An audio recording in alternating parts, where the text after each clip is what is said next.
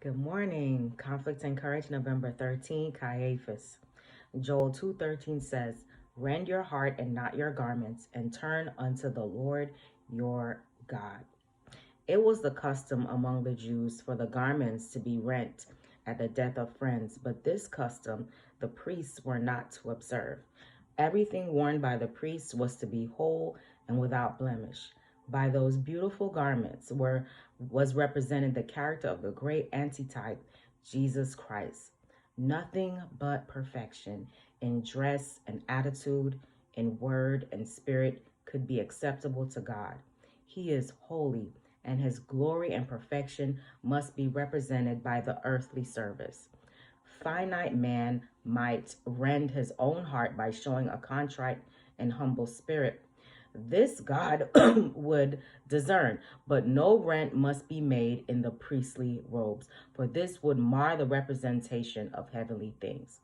When Christ declared himself the Son of God, Caiaphas, in pretended horror, rent his robe and accused the Holy One of Israel of blasphemy.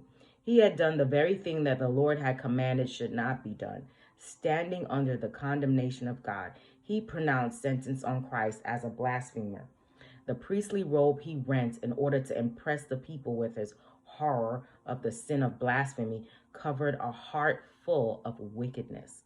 How different was the true high priest from the false and corrupted Caiaphas? Christ stood before the false high priest, pure and undefiled, without a taint of sin. Christ mourned for the transgression of every human being. He bore even the guiltiness of Caiaphas, knowing the hypocrisy that dwelt in his soul. While for pretense he rent his robe, Christ did not rend his robe, but his soul was rent. His garment of human flesh was rent as he hung on the cross, the sin bearer of the race. Many today who claim to be Christians are in danger of rending their garments, making an outward show of repentance when their hearts are not softened nor subdued. This is why so many continue to make failures in the Christian life. An outward appearance of sorrow is shown for wrong, but their repentance is not that which needs not to be repented of. I hope you have a great day today. Live courageously.